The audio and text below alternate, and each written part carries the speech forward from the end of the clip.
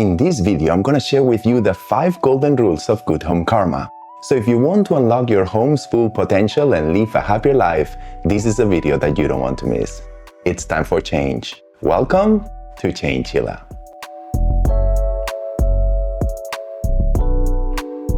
In your journey towards a happier life, your home can be your best ally or your worst enemy, and the choice is up to you.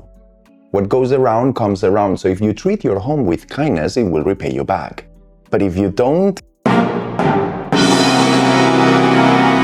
But let's be clear, that's not because of some cosmic retribution or poetic justice or because your energies are gonna bounce back from the walls and feed your chakra.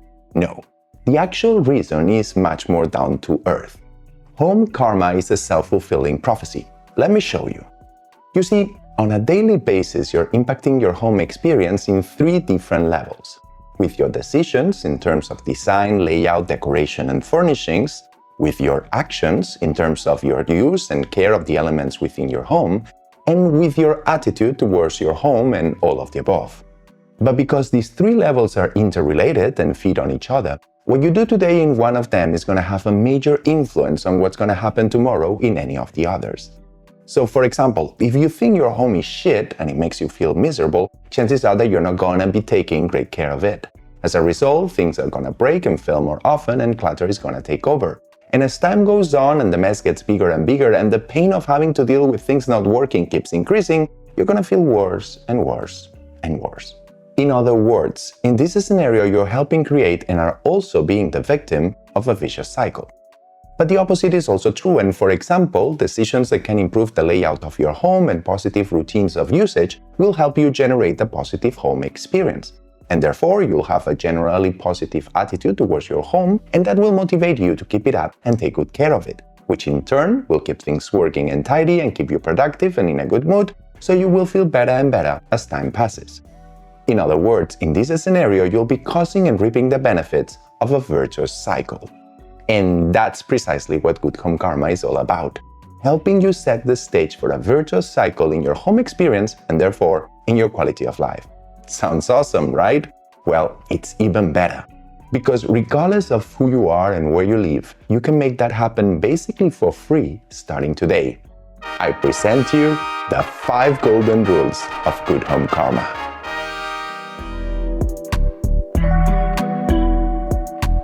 The first golden rule of good home karma is to treat clutter as your home's worst enemy. Why? Because to your brain, clutter represents unfinished business, and beyond a certain point, this lack of completeness overwhelms you so much that it's almost paralyzing. But wait, there's more, because clutter also offers a terrible value proposition.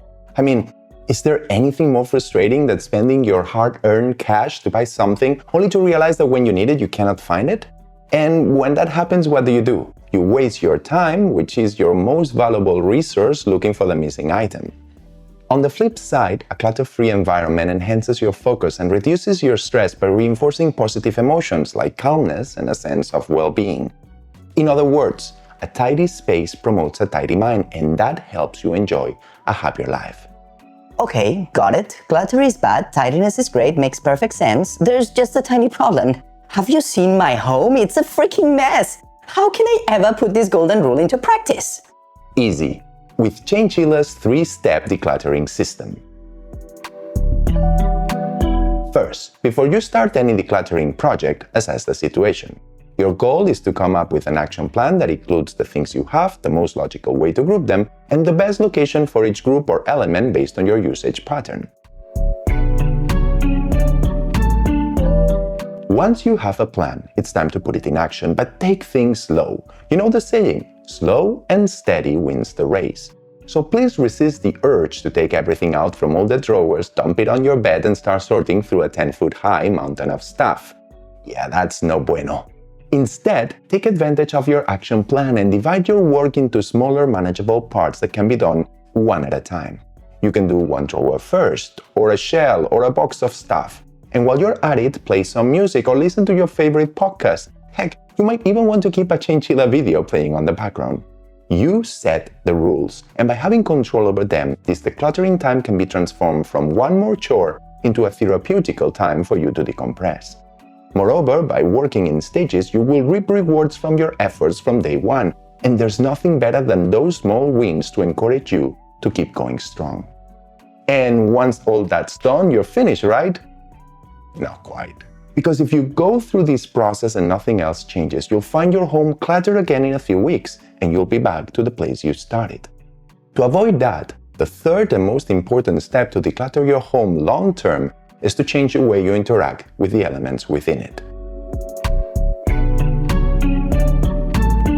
And the key to do that is to stop treating use and tidying up as completely separate actions, and to instead make sure that every use action within your home finishes with the extra effort of putting things back where they belong. And sure, at first this will require some effort, but after a while this process will become part of your routine, and keeping your home decluttered will feel like no trouble at all. And here's a secret trick to help you make it happen. Try your best to be present and aware at the moment of use. So for example, when you're reaching out to your hairdryer to dry your hair, stop for a moment to think about the object, to truly see it. Hold it in your hand, feel its weight, inspect it. And as you're using it, acknowledge that you're doing so. That presence of mind will not only help you take better care of it and detect early warnings of potential issues, but once you finish, it will prompt you to return it where it belongs. Now, does this mean that your home should always look like the pictures from an interior design magazine? Absolutely not. In fact, obsessing about that could end up making your life miserable. So let me make this clear. Your home is meant to be used because that's how you get value out of it. And that means that sometimes it's gonna look messy. It has to, especially if you have a creative space or a play area for kids or even a kitchen. That mess is not the problem. It only becomes one if you consistently don't tidy up once the activity is over. Tidying up, though, is not the only tool you have to declutter your home, which brings us to the second golden rule of good home karma.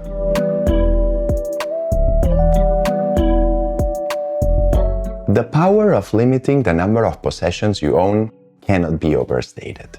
Less stuff equals less clutter. Less stuff means that there are less things vying for your brain's attention and less work and time that you need to spend to buy things, to clean them, to maintain them, or to keep them organized. In other words, less stuff means more time for you. Does that imply then that we should all become hermits living with a bare minimum? No, it doesn't. But we need to understand that beyond a certain point, the return in terms of happiness and quality of life that we're getting from the stuff around us becomes negative. And unfortunately, because we live in a world that is constantly trying to convince us that stuff is the solution to our problems, most of us are already living way past that point. So when faced with a decluttering project, please resist the immediate urge to head to Amazon and start browsing for smart storage solutions, or Googling the top 10 home organization gadgets. I get it. We're being wired to do that, but trust me, more stuff is never the solution. Instead, what you truly need is a way to distinguish between things that you should keep and things that you should get rid of, or things that you should buy and things that you should stay away from. And here are 2 simple guidelines to help you do that. For every single item that you choose to buy or keep in your home, you should be able to readily answer the following question: what's the purpose for this in my life? If you don't have an answer, or if you have to think about it for a while to guess an answer, get rid of it. In other words, your purchase decisions should be driven by need, not by opportunity, thrill, trend, boredom, or by potential needs, what ifs, and such. If you want to lead a happier life, buy things because you know you need them, and you're certain that you have no other alternative to satisfy that need than to buy them. Don't go around window shopping looking for an excuse to buy. That's asking for trouble. And look, I know that what I'm saying is not easy. Trust me, I know the temptation. The Amazon Deals for You section calls my name every morning like a siren, but I know that it's in my best interest to ignore it. Do I always manage? No way. I try my best, but sometimes I can't. And you know what? That's not ideal, but I don't blame myself when I open the app, find a deal that I can't resist, and end up flashing a few more bucks down Mr. Bezos' throat, because I understand that the odds are against me. Limited time deals, browsing for inspiration, and worry-free returns are all clever marketing strategies that work, because they play on our base evolutionary instincts, on the very primal aspects of our human psychology, all to get us to spend money. So instead of feeling guilty when I fail, I celebrate when I resist, and that encourages me to keep doing it. And it's good to resist, because those impulse purchases are worthless beyond the initial dopamine rush. Even worse, they carry the risk of establishing a pattern of behavior that, left unchecked, will consistently drain your wallet, fill your storage, and slowly but surely worsen both your home experience and your quality of life. Okay, so the stuff we buy and keep should have a purpose. Great. But here's the thing, that alone is not enough. The things in your home should also have a meaning, and therefore, for every single item with a purpose that you keep, you should also be able to answer with a definite yes to the following question. Is having this around contributing in any way to my happiness? If the answer is no, get rid of it, mercilessly. If you're not sure, then think of how your life would be different without it. If your life wouldn't change for the worse, then get rid of it too. Things that don't add to your happiness will find a way sooner or later to subtract from it. And once you decide that something doesn't belong with you anymore, I encourage you to be brave and act immediately. It takes literally a minute to snap a picture and post it on Facebook Marketplace, Nextdoor, or your local Buy Nothing group, or to set it aside in a visible spot reserved for things on the way out. If you do that sooner than you think, you'll be free from its burden, and let me assure you, that will feel great. And sure, you might make mistakes, and maybe once in 100 you might come to regret getting rid of something. But rest assured, the benefit you'll get in the long run will more than offset any of your losses. The third golden rule of good home karma is that anytime you build, change, or add an element to your home, you should enhance and protect your most precious commodity, your time. Let me explain. The experience of living in your home impacts your time in two opposite directions. On the one side, your home satisfies, or at least is supposed to satisfy, your needs. So we can call that your reward time. For example, watching TV on your sofa keeps you entertained, sleeping under a roof keeps you warm and safe, etc., etc., etc. But unfortunately, nothing comes for free, and for your home to satisfy your needs, you also have to incur a cost.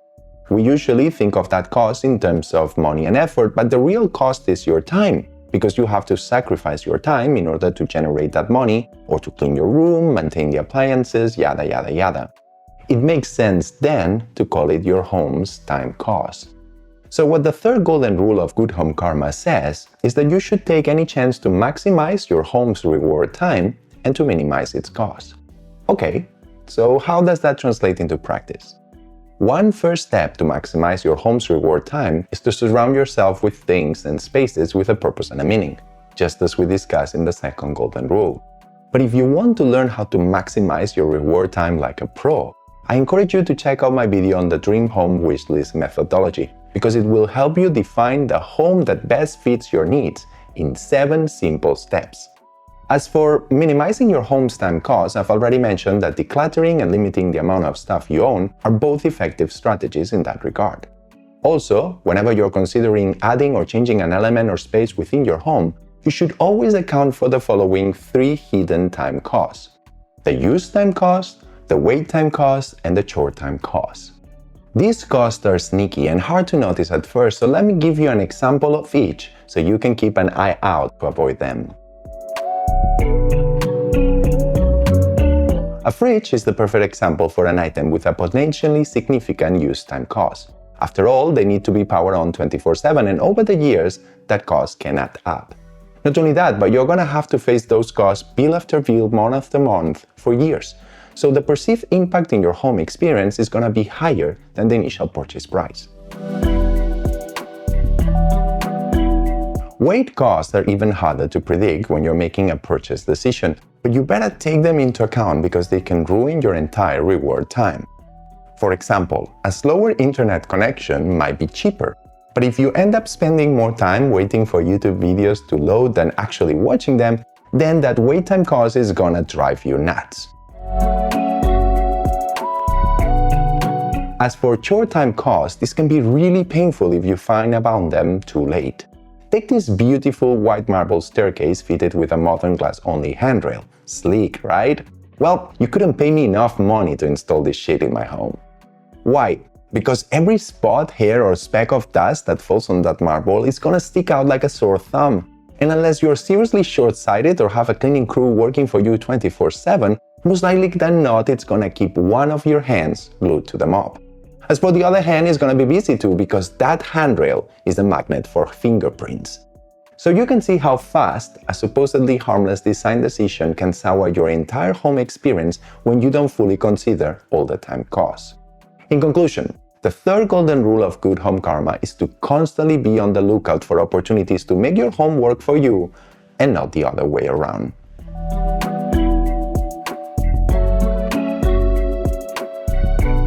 If clutter is the number one enemy of good home karma, then care is its number one ally. That's why the fourth golden rule of good home karma is all about caring for your home so your home can care for you. And these are not just empty words, there is solid scientific evidence that shows that keeping your home clean and well maintained has a wealth of benefits for your happiness and your well-being. It increases your comfort, your concentration, your confidence and sense of control over your environment.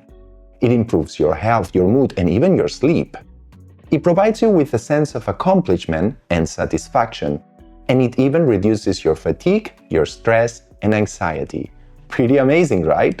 But let's face it, you could probably already guess that taking good care of your home was kind of a good idea. The problem is that cleaning and maintaining your home is a chore, so knowing that you're doing it for your own good is not gonna make it any less painful. What you need instead is practical advice, so I'm gonna share with you 5 tips to help you take the best care of your home with the lowest possible effort. Remember when I told you about the benefits of incorporating tidying up to your usage routine? Well, the same thing happens when you incorporate cleaning and maintenance.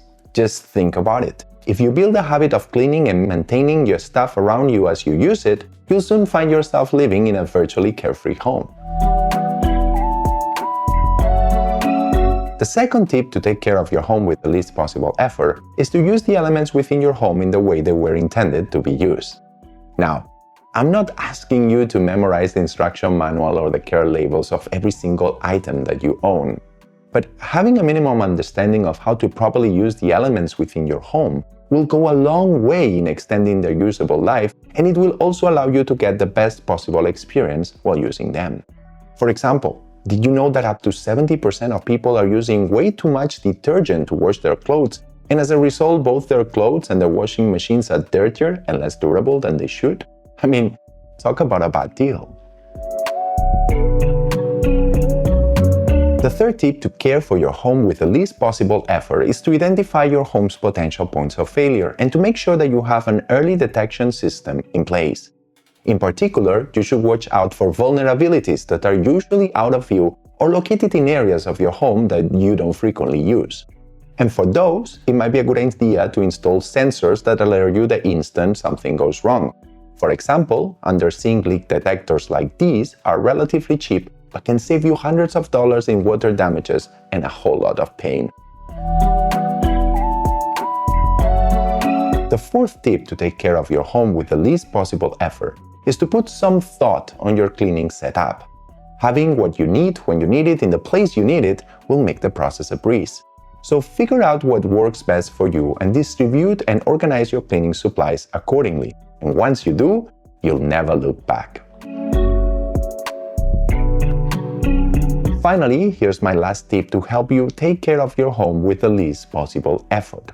You should accept that no amount of care and prevention can avoid things occasionally going wrong, and therefore, you should prepare for that eventuality.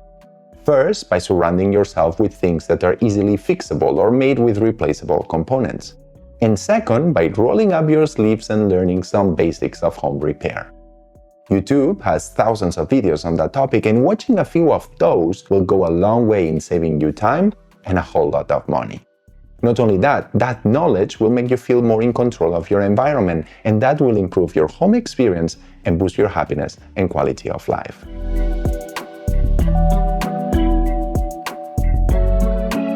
As we've just seen, even if you do everything right, sometimes shit happens. And it's particularly in those moments when your attitude can make all the difference in the world. You have two choices. You can make the situation better or worse.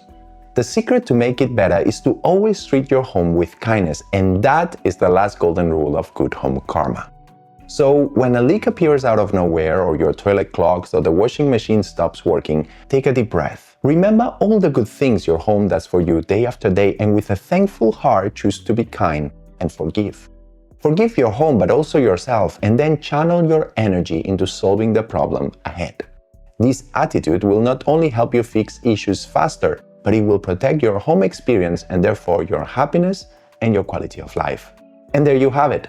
Those are the 5 golden rules of good home karma, and now that you know them, the hope of a better future is mostly in your hands. And I say mostly because unless you're living on your own, you won't be able to fully implement these changes without involving the other people living with you. And yes, I know that is easier said than done. That's why I'll soon be posting a video with tips and best practices to help you engage everyone living with you in creating the best home experience possible. If you think that type of content could be of value to you, and if you want our friend the YouTube algorithm to let you know once it becomes available, please consider to subscribe. Also, if you enjoyed this video, please leave it a big thumbs up and share it with your friends. And if you have any other good home karma tips, please share them in the comment section below.